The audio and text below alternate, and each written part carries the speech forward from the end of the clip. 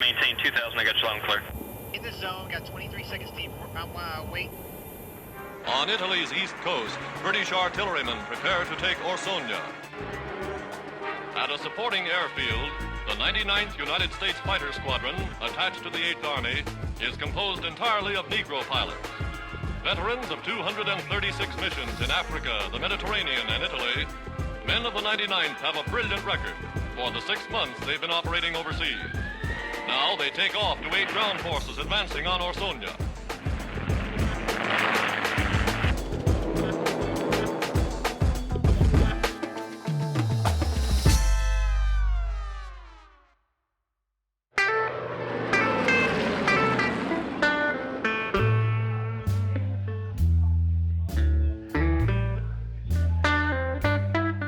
While the 332nd was adjusting to the rigors of war and beginning to find its wings as a fighter squadron, a much different battle was occurring at home as its sister unit, the 477th Bombardment Group, stationed at Freeman Field, Indiana, was preparing for combat deployment.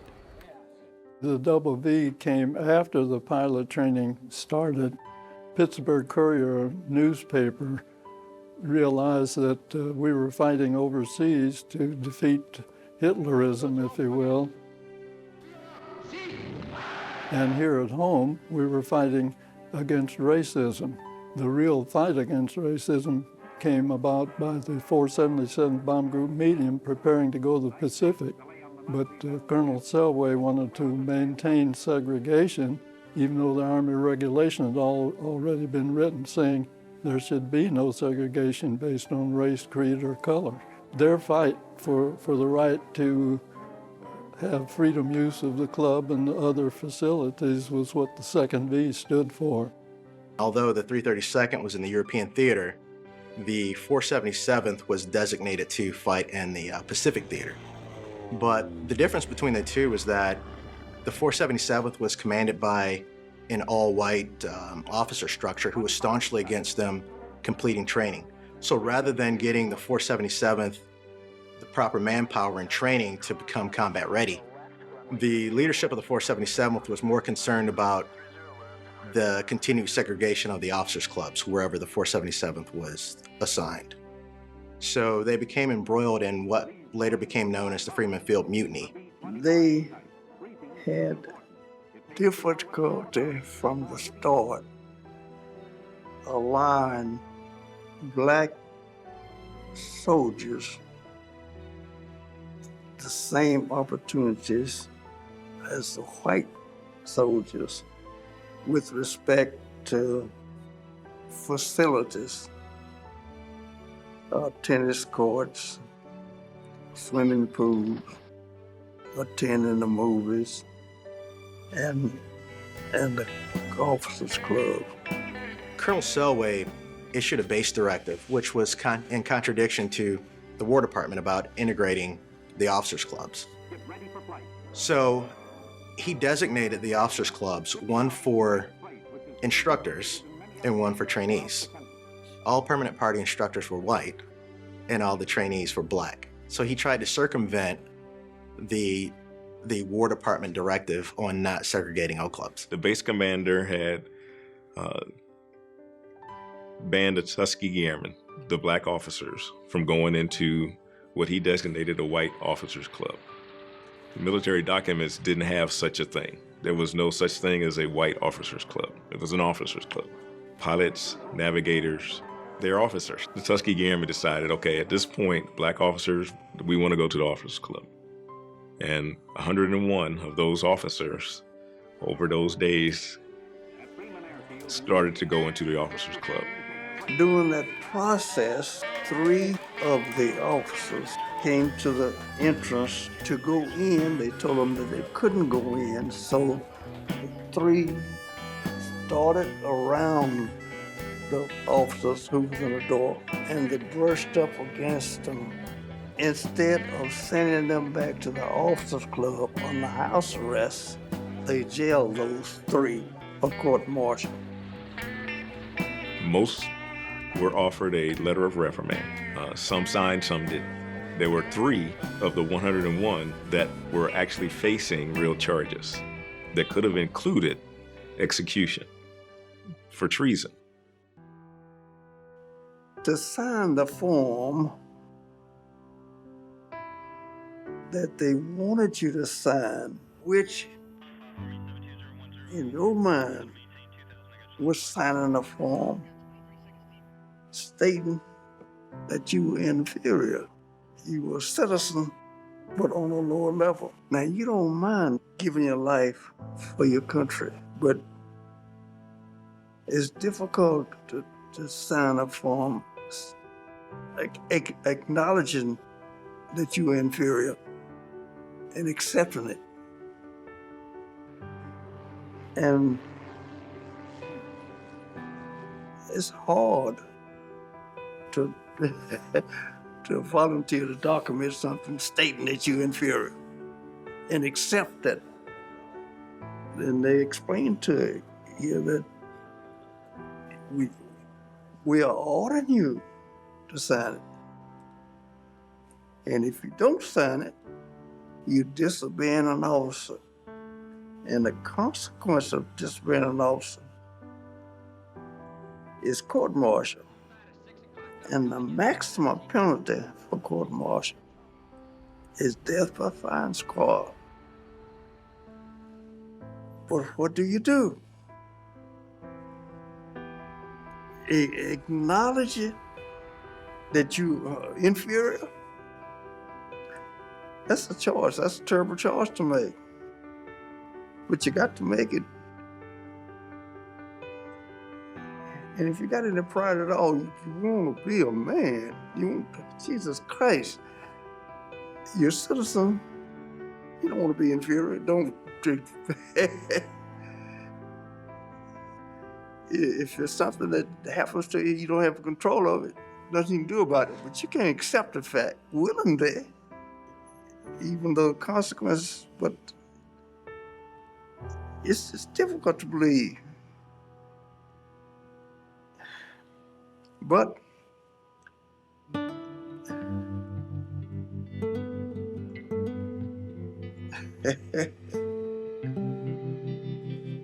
made my mind. I'll accept the consequence, whatever it were. After all was said and done, again, a lot of the officers signed the letters of reprimand. Those 3, of course, were on trial. 2 were dismissed, and 1 was actually court-martialed. Roger Terry, he was accused of making physical contact with a guard or somebody as he went past, so he was court-martialed. When he got out of service, he went through law school, and because that court-martial was on his record, he could not be admitted to the bar.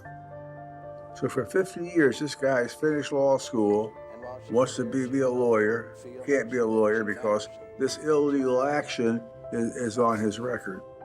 So his whole life is screwed up as a result of that. Eventually, the records were expunged, but when you look at the total situation again, you're looking at maybe the first lunch counter sit-in, which occurred some 20 years later. And again, there was no violence. It was all a civilized act of saying, you know, we know what's right, but you're trying to tell us what's not. We don't want a separate facility. We want the facility that's already there. So that's the Freeman Field Mutiny, is what they call it.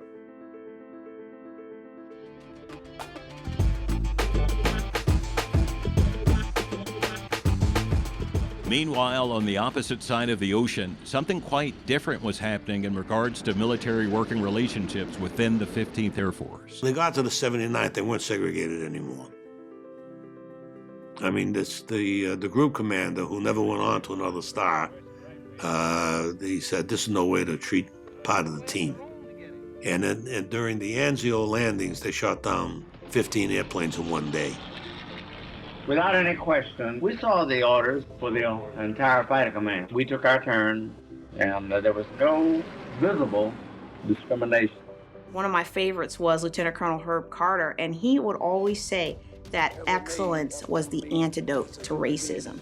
And I have found that to be true in my situation, that when we excel in our performance, when we excel in our accomplishments, when we excel in our productivity, whether it's racism or whether it's any other kind of prejudice that's facing someone today, we're able to break through those barriers just like the Tuskegee Airmen did. If excellence is indeed the antidote which would counteract the hatred and bigotry which racism gives birth to and nurtures to fruition, then we need look no further than to those young men who too are a part of that greatest generation. For the combat record of the Tuskegee Airmen is indeed exemplary. Tuskegee trained 992 pilots during World War II. And the Tuskegee Airmen, when they were flying escort, had a very high degree of effectiveness as escort pilots flying the P-47 and the P-51. So high was that degree of effectiveness that it led to many attaching to them the unprecedented accomplishment of never having lost a bomber to enemy aircraft. And they say they never lost a bomber, and I believe it, because the Germans were afraid of those boys. Although being held in such high regard and admiration is enticing, it is a claim which documented original Tuskegee Airmen, or DOTAs, are reluctant to embrace and in fact disavow. No, they talked about we never lost a bomber. Well, that was a lie. We did lose bombers, and we knew it. And I don't know who in the world started it, but someone started it and picked it up, and that became, oh, they never lost a bomber. Well, that wasn't true. But we lost fewer bombers than any other fighter group. We had the fewest losses of bombers due to enemy aircraft. It was said that often that we never lost a bomber, but that's not true. What happened was a statement was made to Colonel Davis that we never lost a plane in over 200 missions. Well, that was between August of 44 and March of 45. We didn't lose planes that we escorted. Then we didn't lose any more planes until March. As a matter of fact, on the Berlin mission, Thurston Gaines reported seeing a plane get shot down that we were escorting. But we did pretty good. Indeed, the Tuskegee Airmen did do pretty good, amassing a very impressive combat record as the only black pilots in combat with the Army Air Forces during World War II. They flew 312 missions for the 15th Air Force, and 179 of those missions were to escort 15th Air Force bombers to their targets and beyond. Miraculously, only 7 of those missions suffered losses for a total of 27 bombers shot down by enemy aircraft. In comparison, the average number of bombers lost for other fighter groups in the 15th Air Force was 46. They are credited with 112 aerial victories attributed to 72 different Tuskegee Airmen. Members of the 332nd Fighter Group shot down at least 10 airplanes on 4 separate days in 1944 and 1945. And though they are not credited with having an ace among their ranks, 3 of the Tuskegee Airmen, the 301st Fighter Squadron's Captain Joseph D. Ellsbury, the 99th Fighter Squadron's Captain Edward L. Toppins, and the 302nd Fighter Squadron's Lieutenant Lee A. Archer, each shot down 4 enemy planes, 1 short of the 5 needed to attain ace status. Having entered World War II as outcasts who were expected to fail, the Tuskegee Airmen turned circumstances into opportunity and opportunity into success. Tell me about yours. Well, I tell you, a lot of commotion around that day, and I saw this boy fall out of the sky, and I latched right onto him. Well, the first thing I knew, he right down on the ground, and I'm right behind him. You know, I thought that fucker was going to get away from me. Yeah? I let him have everything. How far did you run him? Oh, he almost dropped on the Vatican. Yeah. They proved beyond a shadow of a doubt that one's skin color had nothing to do with their ability to succeed in any given task. Nobody could prove it better than the Tuskegee Airmen. They shot down more than 110 airplanes during combat. Their record as escort flyers was remarkable. It was as good as anybody that had flown as many combat missions and escort missions, and the Tuskegee Airmen flew 200 escort missions. Nobody could beat their record. It was with this sense of accomplishment that they would depart the European theater of war to return to their country of origin, for which they had willingly placed their lives on the line. A curious fact that has caused many to question why they were so eager to fight for a country that was so unwilling to serve them. The answers are as varied as the airmen who took to the skies over North Africa, Sicily, Italy, and Germany. Well, I just wanted to fly as a youngster.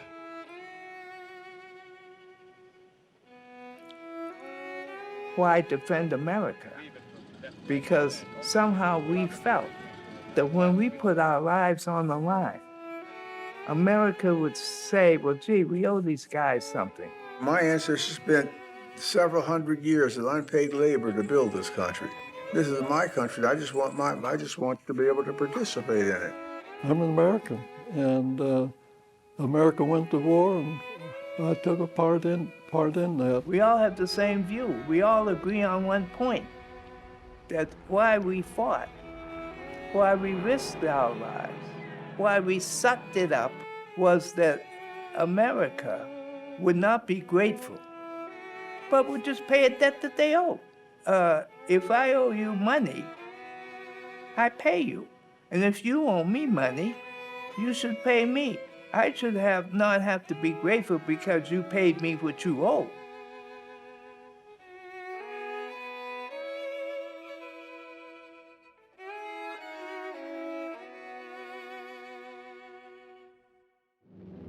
Having wagered, invested, and contributed so much in helping the country defeat Nazism on the European front, what type of life would await these courageous trailblazers as they place foot to land on the shores of their birth? We thought that if we did a good job, that it would improve race relations, and that maybe we would not have to worry about prejudice being a constant companion in your life. A lot of fellows said that Tuskegee Airmen came back and they weren't received well, but those that came back as individuals were treated like most blacks that were, not with respect. Say, hey, you guys go, everybody else go to the right, you guys go to the left. And one of the fellows came back, he had been a prisoner of war, injured, and they put him in a car by himself, had a whole train to himself, keep him segregated. And coming back to the segregated South, it was not a very pleasant experience. I discovered coming back that I didn't come back as just a combat veteran. I came back as a black combat veteran. Coming back into civil society at the end of the war, when we fought against Nazi Germany, to be refused jobs that took advantage of the skill set that they were trained for, was painful, because it was a continuation of blacks fighting for our country, but then going back into a society that was considered separate but equal. Well, for me, it really was the struggle of coming home and not being accepted. Because I understand the struggle of, we didn't think you guys were good enough. And I understand the struggle of, we set up this little Tuskegee experiment, but we didn't think it was going to get anywhere. Because I get that in my personal life. I am constantly put in a position, because I am a physicist and you don't see a whole lot of African Americans in physics. I get put in the position where people think she is not going to make this happen, and I pull it off. But after I pull it off, people are like, wow, she did that. She made it happen. They didn't get that. It really makes my struggles go away when I stop to reflect on those who've paved the way for me. Because yes, I still walk into a room and people automatically assume I'm the help. Or I still walk into a room and people don't think I could possibly be the presenter because I'm at some scientific conference or something like that. And, I just have to get out there and perform and wow the audience and get it done. But I don't have to walk somewhere and they turn their backs on me, or they won't let me sit in the waiting room, or they won't accept my children for something. I don't have to deal with those struggles. And so for me, that it does resonate with me. And for me, it's a reminder that I don't have anything to complain about, because those are people who really struggled. Not to say that I don't feel my struggles, but they really struggled and they persevered. German forces in Italy have surrendered unconditionally to the Supreme Allied Commander. The story of the Tuskegee Airmen reminds us that freedom must be repurchased by every new generation, and therefore preparation is key. By pushing through doors that previous generations had pried open, the Tuskegee Airmen were able to lay the groundwork for future generations to come. When I was a kid, I didn't understand the greater scheme of things, the grand strategy, cultural influences. I didn't understand any of that. All I understood was either somebody looked like me or they didn't. Either they did some cool things that I could watch in a movie or they didn't. That is important because as a kid, that's what you respond to. That's the stimuli that inspires you to do things beyond yourself. And so with stories like these, and in times like these where America either has the choice to divide or come together, you need stories like this to drive young people and young Black people, young Americans to go do things beyond themselves. And when they're young, they need to see the pictures. They need to see the action, hear the stories, hear the incredible things that are done, hear the potential that they have and that it's already been done before them. So now it lays the foundation for when they are reasonable and educated and older, they can draw on these stories to inspire research, to inspire more reading, to inspire curiosity to go find out what really happened with these guys. How incredible was this story? And as they look to those things and they find these truths, they also find more inspiration. And that's when you get another generation of people capable of doing great things. Back at the beginning, I said there were multiple levels to who they were.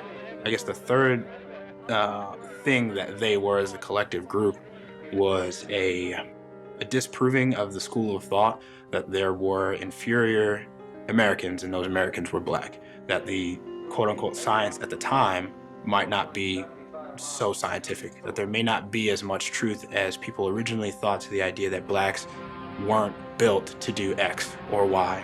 Whereas here you have these examples, these tangible examples of Blacks doing amazing things. And so now when they come back to the segregated America, the segregated South, there is empirical evidence that they could do these things. And this, I think, lays the foundation for everything you're going to see after with the civil rights movements and otherwise, because now we've shed blood as we have in previous wars, Buffalo Soldiers and otherwise. But now here's this fantastic group that has done this amazing thing, and they've come back and proven that Blacks can do X, name it. And now you have this data that you can use to build a foundation for the future of the next 20 years, where you'll see this great jump in civil rights and drive and progress from the Black community in America as a whole. The Tuskegee Airmen proved the negative. So they were able to prove that some of the stereotypes weren't true. There were studies done by the Department of Defense that said at a certain point that men of color could not do certain things. Well, after the Tuskegee Airmen, there was living proof during war, in combat, that it wasn't true. So it opened some doors. And eventually it led to integration of all the services. Now that journey was the beginning, and that was a journey that lasted almost up until the point I came in the Air Force, and we were still taking race relation classes. But the Tuskegee Airmen opened the door. You could step in, you could join this wonderful meritocracy we have in the military, and you can achieve.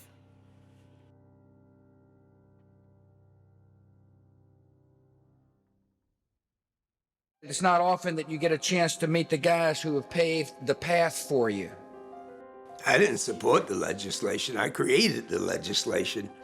I had the opportunity to know Roscoe Brown, Lee Archer, Percy Sutton, who were Tuskegee Airmen. But the whole idea that someone would volunteer to fight in the Air Force was a concept that I could not really figure it out. And the more I learned about the Tuskegee Airmen, the insults that they took to become one, the fact that they excelled, and what happened to them after their victorious experiences in war and in combat, I thought America and the country should just say plain, thank you. Not one vote was against it in the House of Representatives or the Senate. And a Republican president named Bush signed it into law. The Tuskegee Airmen helped win a war, and you helped change our nation for the better. Yours is the story of the human spirit, and it ends like all great stories do, with wisdom and lessons and hope for tomorrow. And the medal that we confer today means that we're doing a small part to ensure that your story will be told and honored for generations to come. If you look at the context of the era, many of these gentlemen, their grandparents, in a lot of instances, were actually slaves or had been slaves. And so they grew up in that environment where the civil rights era had not really taken grip yet. And so to tell these men you need to go into the Deep South to get trained, and a lot of times the people training them were not invested in their success at all. That's just an accomplishment right there. But then to persist into life and death operations and war and be as successful as they were, it's just, the inspiration is unmatched. I'd sum it up as American history. Without them, you know, maybe some guy comes along and does something eventually, but without them in that time doing the great things on par with the rest of the great generation for their own culture and the rest of America, I don't think we are where we are. I don't think we call on the 12 to 13% of the population that is black the way we do now. I don't think that we start making the rise that we have over the last 40 or 50 years. I don't think I am where I am. And I think that a lot of the things that have been contributed to America from that community can be attributed to warriors like them and others who were back home championing their cause when they got back. And because of that, they are a chapter in American history that cannot be deleted and cannot be shortened and cannot be undertold, and is on par with anything else in that era. I would like to offer a gesture to help atone for all the unreturned salutes and unforgivable indignities. And so on behalf of the office I hold and a country that honors you, I salute you for the service to the United States of America.